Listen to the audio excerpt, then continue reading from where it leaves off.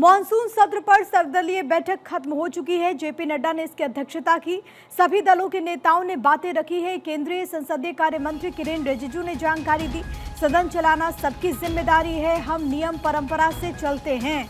PM Modi हमेशा संसद में रहते हैं, ये भी किरेन रिजिजू कहते हैं। उन्होंने कहा कि पीएम मोदी हमेशा जिम्मेदारी से काम करते हैं। तो राज्यसभा में सदन के नेता जेपी नड्डा की अध्यक्षता में सर्वदलीय बैठक हुई, क्योंकि कल से मानसून सत्र का आगाज हो रहा है। 21 अगस्त तक ये सेशन चलेगा। कुल 21 बैठकें इसमें होने वाली है, लेकिन कई मायनों में जो मानसून सत्र है वो बेहद ज्यादा महत्वपूर्ण हो जाता है। कई मुद्दों को लेकर के विपक्ष यहाँ पर आक्रामक नजर आ सकता है, लेकिन उससे पहले आज सर्वदलीय बैठक हुई, जिसमें किरेन रिजिजू ने कहा कि ये जो सेशन है वो प्रोडक्टिव रहने वाला है। पार्टी का फ्लोर लीडर्स का मीटिंग हुआ और इसमें कुल मिलाकर के 51 पॉलिटिकल पार्टीज और इंडिपेंडेंट एमपीज टोटल हमारे इस सत्र में भाग लेंगे। टोटल 51 ग्रुप से 54 मेंबर्स आज पार्टिसिपेट किए और 40 लोगों ने अपना पार्टी का तरफ से मत रखा है। बहुत ही सकारात्मक रहा है। सारे पॉलिटिकल लीडर्स ने अपने अपने पार्टीज के पोजीशन बताया और उनके मुद्दे जो इस सत्र में लाने का है उनको भी सामने में रखा है। सरकार की ओर से हम लोग ने सारा पॉइंट्स नोट किए हैं और हमने ये रिक्वेस्ट किया है कि सदन अच्छा से चले, इसके लिए पक्ष और विपक्ष मिल करके हमको काम करना होगा, आपस में कोऑर्डिनेशन अच्छी तरह से रखना होगा, काम करना होगा। ये किरेन रिजिजू ने कहा है। अक्षय राय मेरे साथ, मेरे सहयोगी तमाम जानकारी के साथ कनेक्ट हैं। अक्षय, कल से मानसून सत्र का आगाज हो रहा है, आज सर्वदलीय बैठक भी समाप्त हो चुकी है। अंदर खाने से क्या खबर है, मानसून सत्र को लेकर के किसकी क्या तैयारी?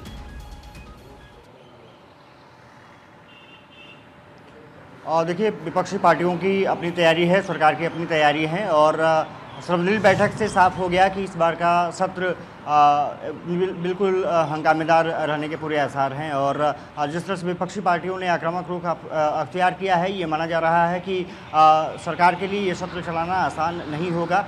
ऐसा इस बैठक के जरिए संदेश निकलता हुआ दिख रहा है और ख़ास करके सरकार कोशिश कर रही है कि इस बैठक के जरिए सर्वसम्मति बनाई जा सके, लेकिन ऐसा लगता नहीं है कि पूरी जो पॉलिटिकल पार्टीज़ हैं इस पर तैयार दिखती हैं। खास करके कांग्रेस इस पूरे मसले को लेकर के आक्रामक दिखी है और साथ ही साथ समाजवादी पार्टी सहित विपक्षी दलों का उनको समर्थन भी मिला है। अलग अलग रीजनल पार्टीज ने अपने अलग अलग स्थानीय मुद्दों को रखा है, जिसमें कि बीजेडी जो उड़ीसा में सरकार में रही या बीजेपी वहाँ पर सरकार में है, उसके जो सांसद हैं समित पात्रा, उनका साफ तौर पर कहना है कि जिस तरह से वहाँ पर अत्याचार बढ़ा है, जिस तरह से महिलाओं के खिलाफ एट्रोसिटीज़ बढ़ी है, बच्चों के खिलाफ अपराध बढ़े हैं, वो निश्चित रूप से बीजेपी के खिलाफ जाता है। दूसरी तरफ कांग्रेस ने साफ तौर पर कह दिया कि पहलगाम आतंकी हमला हो या फिर बिहार में SIR का मामला हो, ट्रंप द्वारा जिस तरह से लगातार सीज फायर को लेकर के बयान जारी करते रहे हैं, इस पर पीएम का स्टेटमेंट जरूरी हो जाता है। हालांकि अभी सरकार ने आश्वासन नहीं दिया है, लेकिन सभी पॉइंट्स को नोट किया गया है। जेपी नड्डा की अध्यक्षता में ये बैठक हुई। किरेन रिजिजू ने सभी जो पॉइंट्स थे, जो अलग अलग पार्टियों के एजेंडा थे, उसको उन्होंने नोट भी किया है।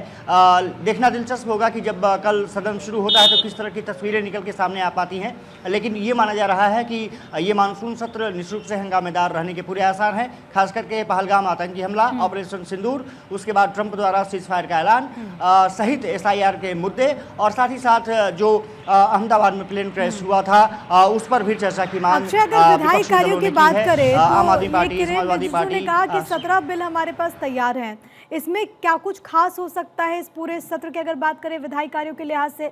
इसके अलावा एक अपडेट ये भी दीजिएगा, क्योंकि ये भी खबर थी कि महाभियोग प्रस्ताव जस्टिस यशवंत वर्मा के विरुद्ध भी आने वाला है। इसको लेकर के क्या तैयारी है, क्या अपडेट है?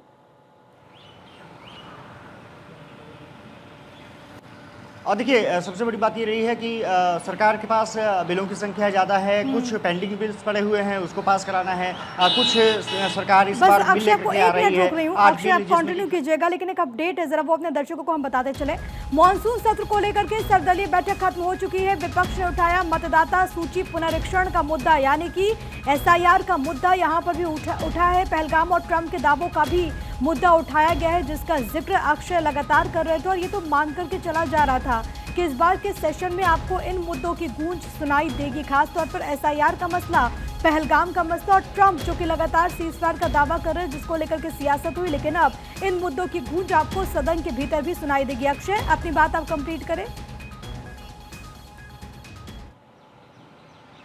देखिए, जैसा मैं जिक्र कर रहा था, विपक्ष अपने मुद्दे उठाने के लिए तैयार है। इसको सरकार किस तरह से लेती है, क्या मुद्दे कैसे उठाए जाते हैं, जो बिजनेस एडवाइजरी जारी होती है उसमें किन किन मुद्दों को शामिल किया जाता है, कब कब शामिल किया जाता है, वो कुछ देर बाद पता चल जाएगा। लेकिन निश्चित रूप से कह सकते हैं कि लोकसभा हो या फिर राज्यसभा हो, हंगामेदार स्थिति देखने को निश्चित रूप से मिल सकती है। खास करके SIR का मुद्दा बिहार की राजनीति में जिस तरह से उछाला जा रहा है, इस सर्वदलीय बैठक में भी उसका मुद्दा छिड़ा, जैसा मैं जिक्र कर रहा था। इसके अलावा ट्रंप का जो बयान बार बार आ रहा है, उस पर भी चाहते हैं कि प्रधानमंत्री नरेंद्र मोदी इस पर स्टेटमेंट दें। देखना दिलचस्प होगा कि सरकार किस रणनीति के हिसाब से उतरती है, क्योंकि ये माना जा रहा है कि कुछ देर बाद कुछ वरिष्ठ नेताओं की सरकार जो संबंधित हैं वो बैठक कर सकते हैं और चर्चा कर सकते हैं। कहा जा सकता है कि वरिष्ठ नेताओं ने खास करके इस बैठक से दूरी बनाई, जिसमें राजनाथ सिंह का पहले कहा जा रहा था कि वो बैठक में होंगे, बैठक में शामिल नहीं हुए।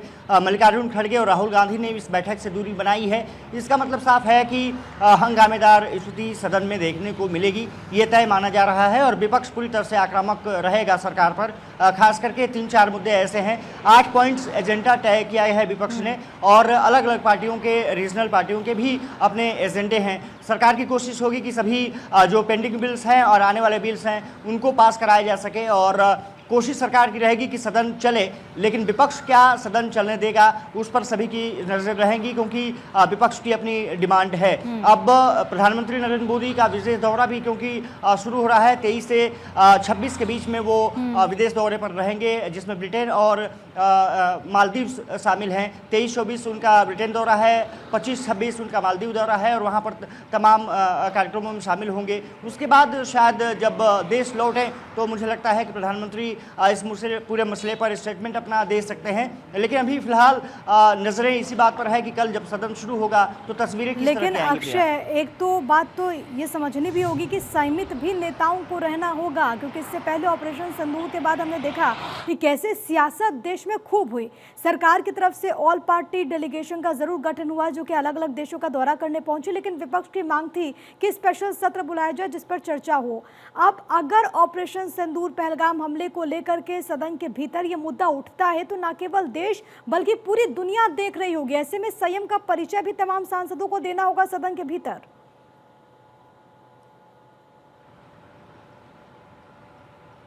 और देखिए, भारत का लोकतंत्र ऐसा है कि सभी को बोलने का अधिकार होता है, लेकिन निश्चित रूप से नजरें रहने वाली हैं, पूरे विश्व की रहने वाली हैं। और खास बात यह है कि स्पेशल सेशन विपक्ष द्वारा बुलाने की मांग कई बार की गई, सरकार ने उसको नहीं माना। अब क्योंकि मानसून सत्र शुरू हो रहा है, ये माना जा रहा है कि अपने अपने एजेंडे के साथ पार्टियां सदन में हाजिर होंगी। वो कोशिश करेंगे कि उन पर चर्चा की जा सके। सरकार किस तरह से चर्चा कराएगी ये देखना दिलचस्प होगा। लेकिन जिस तरह से पहलगाम आतंकी हमला, सीज फायर का जो ऐलान, वो भी ट्रंप द्वारा लगातार वो बयानबाजी इस पर करते रहे हैं। अगर सदन के दौरान अगर ट्रंप ने एक और बयान जारी कर दिया तो निश्चित रूप से सरकार के लिए वहां पर डिफेंड करना बड़ा मुश्किल हो पाएगा। और अब उसको लेकर के विपक्ष की अपनी रणनीतियां हैं। हालांकि विघटन की खबरें भी हैं कुछ पार्टियों द्वारा इंडिया अलायंस में, लेकिन मुझे लगता है कि बहुत ज़्यादा उससे असर नहीं पड़ेगा। जब बात आएगी इन सब पर मुद्दों पर चर्चा के लिए तो निश्चित रूप से वो चर्चा करने की मांग विपक्ष करेगा। सुबह जब 11 बजे की तस्वीर कार्यवाही शुरू होगी सदन के भीतर की, वो कैसी तस्वीरें सामने आएगी। फिलहाल के लिए बहुत शुक्रिया आपका अक्षय, तमाम बातचीत और जानकारी हम तक पहुंचाने के लिए।